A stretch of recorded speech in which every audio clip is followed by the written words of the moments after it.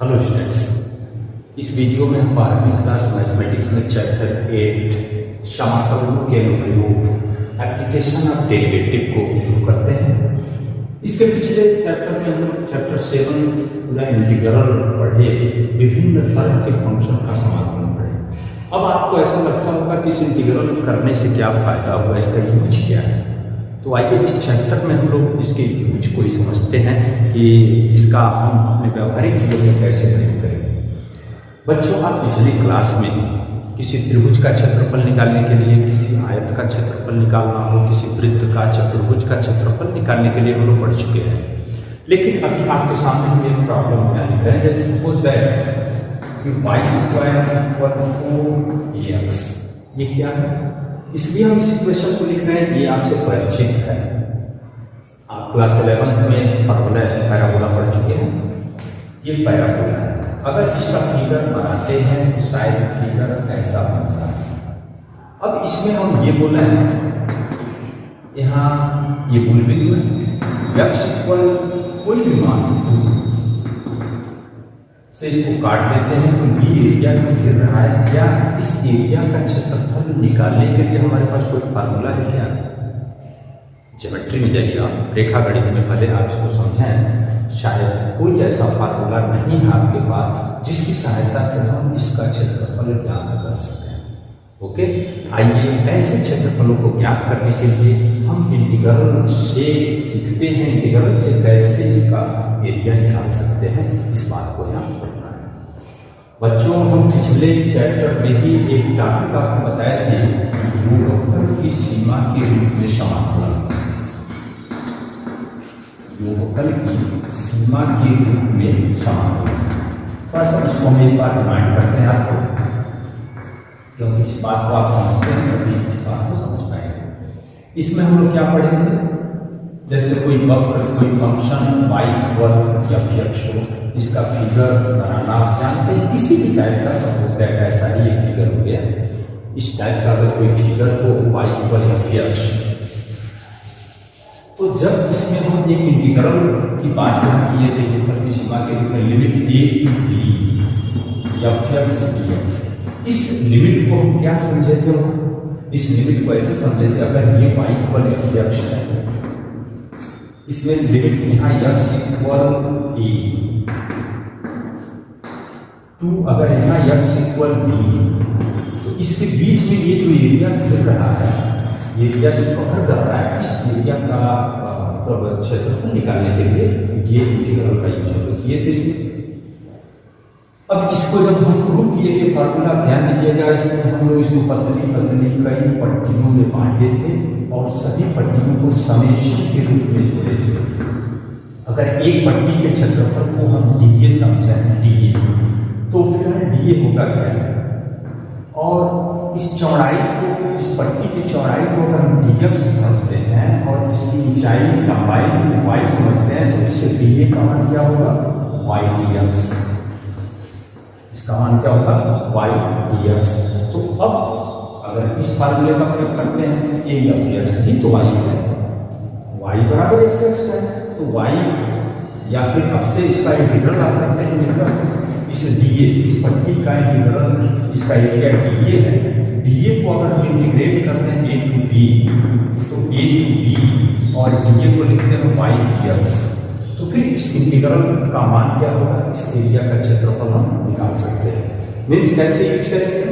आपके सामने y = f(x) वक्र होगा, ये वक्र और x अक्ष, x एक्सिस और कोटियों x = a to b के बीच में जो घिरा हुआ क्षेत्रफल होगा, हम इस फार्मूले से निकाल सकते हैं, a to b y dx, a to b y dx। y का मान x जो भी होगा, जैसे मान लो कोई क्वेश्चन, अभी एक हम मान के क्वेश्चन को बता रहे हैं आपको, तो y dx का इंटीग्रल करेंगे, a to b से इंटीग्रेट करना है, y dx, तो ये जो वैल्यू मिलेगा ये आपका इस एरिया का क्षेत्रफल होगा।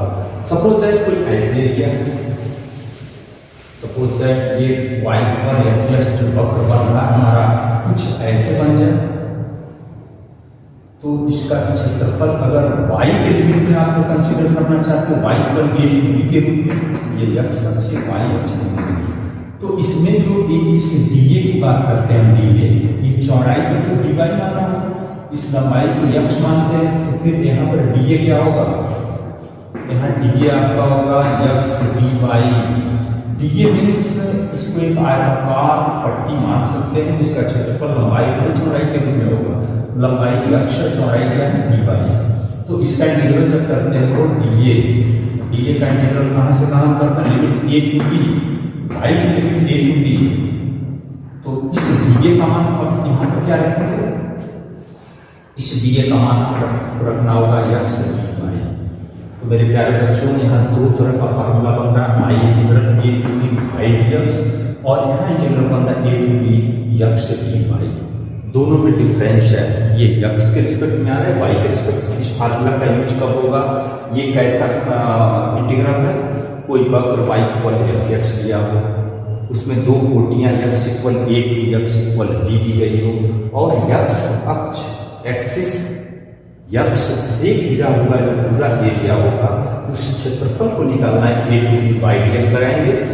और अगर वाई अक्ष से सटे हुए क्षेत्रफल निकालना है, वाई अक्ष से घिरी ये एरिया निकालना है, और लिमिट वाई की वैल्यू ए टू बी तक वेरी कर रहा है, तो उसका क्षेत्रफल a to b d a to b x D y निकालेंगे। जैसे सपोज दैट आपके सामने क्वेश्चन है y square equal to x, और इसमें ये पूछ दिया जाए x इक्वल 1 से x इक्वल 5 और x अक्ष के बीच में घिरा हुआ क्षेत्रफल ज्ञात करना है।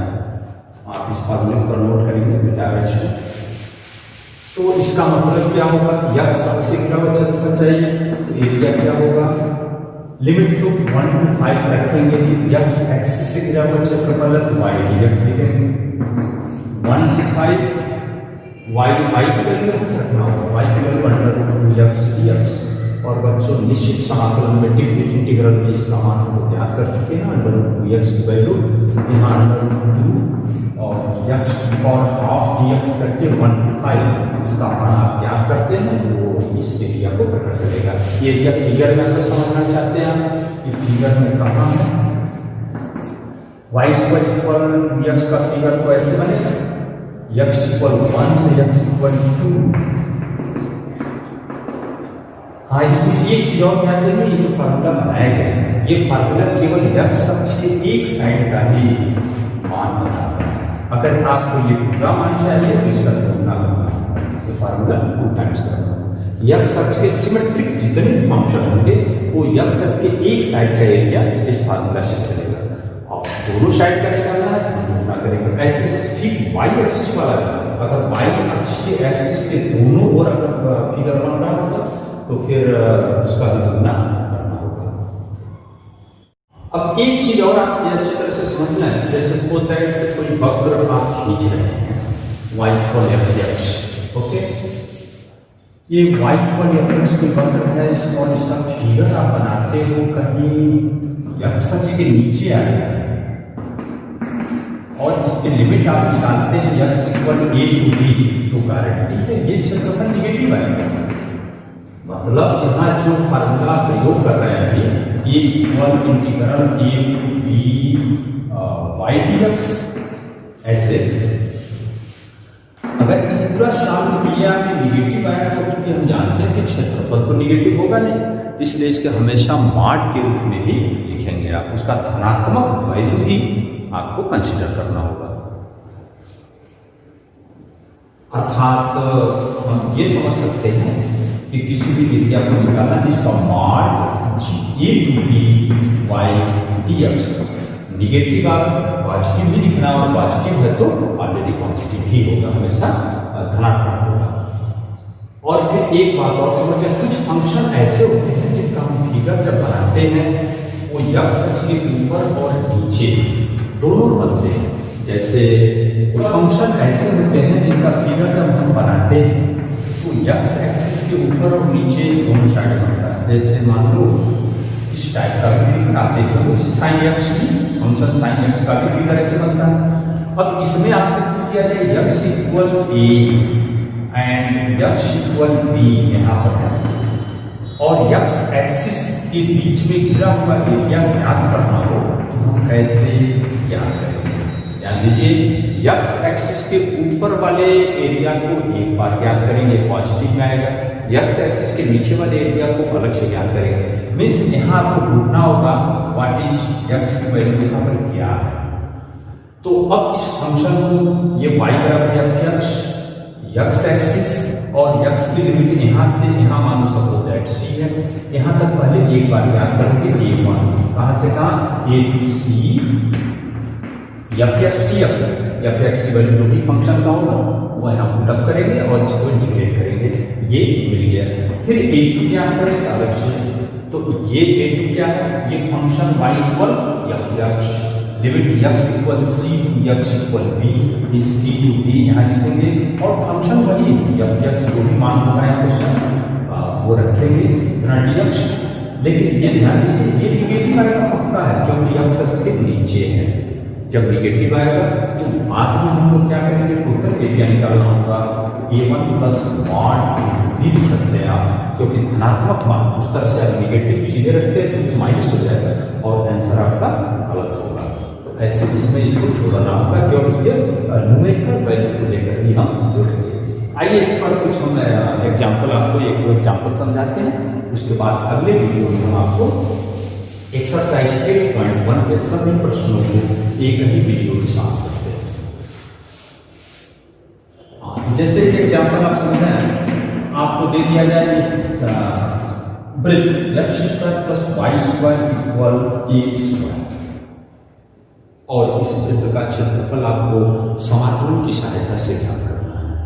तो कक्षा 11 में हम वृत्त वाला टॉपिक तो पढ़ चुके हैं। एक ऐसा वृत्त है जिसका केंद्र मूल बिंदु और त्रिज्या ए। वैसे आप किसी वृत्त का क्षेत्रफल तो पाई आर स्क्वायर जानते हैं, इसमें कोई प्रॉब्लम नहीं, लेकिन हम इंटीग्रल यहाँ पर देखते हैं। इसका फिगर यहाँ बना रहे हैं एक्स अक्ष वाई अक्ष, ये वृत्त का फिगर ऐसे है। और इतनी बात आपको आइडिया है कि एक्सिस जो है इसे 4 बराबर भागों में बांटते हैं। हम किसी एक भाग का क्षेत्रफल ही ज्ञात करना है, उसका 4 गुना कर देंगे तो पूरा एरिया मिल जाएगा। तो जैसा कि इसका त्रिज्या क्या है ए, तो इसका निर्देशांक क्या होगा ए 0। तो हम इसे ऐसे समझें कि कोई वक्र है ऐसे, इसमें लिमिट x इक्वल, इसको आप क्या मानते हो x equal 0 to x equal a और x एक्सिस और ये वक्र इसके द्वारा घिरा हुआ क्षेत्रफल ज्ञात करना है। इसको ज्ञात करने का हमारे पास फार्मूला अभी ये निकाले हैं y dx। अगर x एक्सिस से सटी हुई एरिया है तभी हम y dx लगाएंगे और लिमिट x की लिमिट रखेंगे 0 टू a। अब इसका जब 4 गुना हम कर देंगे तो ये पूरा एरिया आपको मिल गया। अब इसी इंटीग्रल को सॉल्व कर लेते हैं। 0 टू a y की वैल्यू यहाँ से क्या होगा? y की वैल्यू आप देख सकते हैं under a square minus x square, a square minus x square, a square minus x square. तो यहाँ से मान रखते हैं under a square minus x square dx। अब इसका इंटीग्रल हम लोग जब इंटीग्रल के 3 एक स्टैंडर्ड थे एक ही जगह, उसकी सहायता से इसका फार्मूला आपको याद है। क्या फार्मूला इसका? a by x by 2 under root A square minus x square, फिर प्लस था a square upon 2 sine inverse x upon a, limit 0 to a। ये मान रखते हैं 4, ये मान यहाँ रखना है a अपॉन 2। वैसे मान रखते हो a, तो ये पूरा a square minus a square तो 0 होगा। इंटीग्रल आप अच्छी तरह से जानते हैं, डायरेक्ट लिखते हैं, ये 0 हो गया। प्लस यहाँ a रखो a स्क्वायर अपॉन 2 और sine inverse a by a 1 minus 0 रखते हैं, ये 0 पूरा 0 होगा, साइन इनवर्स 0, ये कुल मिला के सब 0 ही होगा। 4 a स्क्वायर अपॉन 2 और साइन इनवर्स 1 का मतलब होता है पाई बाई 2 बच्चों 2 to 4 से 4 कट गया पाई ए स्क्वायर। तो ऐसा वृत्त जिसकी त्रिज्या ए, उसका क्षेत्रफल जैसे 8 त्रिज्या का पाई और स्क्वायर जानते हो तो पाई ए स्क्वायर का फार्मूला आपके बारे से पता है, लेकिन यहाँ इंटीग्रल की सहायता से हम इस वृत्त का क्षेत्रफल देखिए ऐसे निकाल सकते हैं। इसमें आपको देखना होगा यक्स अक्ष से सटे हुए कौन सा एरिया और इस मैट्रिक का समीपता इसमें चेकअप कर लेंगे। ये चारों खंड बराबर है तो एक खंड का क्षेत्रफल निकाल के चारों का पूरा किए। ऐसे और भी एग्जाम्पल आपके बुक में दिए गए हैं, आप उन एग्जाम्पल को समझें। मेरा अगला वीडियो एक्सरसाइज 8.1 का होगा। हम प्रयास करते हैं कि एक ही वीडियो में पूरा एक्सरसाइज 8.1 कंप्लीट हो जाए। तो बच्चों इस वीडियो को एक बार और देखिए कैसे फार्मूला ड्राइव हुआ। ओके।